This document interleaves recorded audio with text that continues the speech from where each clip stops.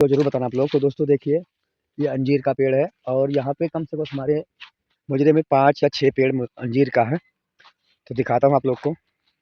तो देखिए दोस्तों, ये अंजीर है देखिए, और हो सकता है तो ये अभी पकना शुरू हो गया देखिए, क्योंकि ये अभी खाने लायक हो चुका है। अभी हो चुका है दोस्तों देखिए।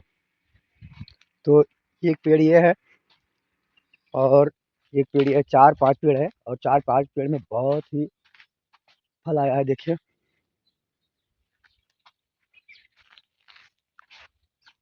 देखिए, और अभी ये पकने शुरू हो गया। मुझे पता हो जाता है कि ये पक चुका है। देखिए, ये देखिए, चिड़िया खाना शुरू कर दिया क्योंकि ये पक चुका।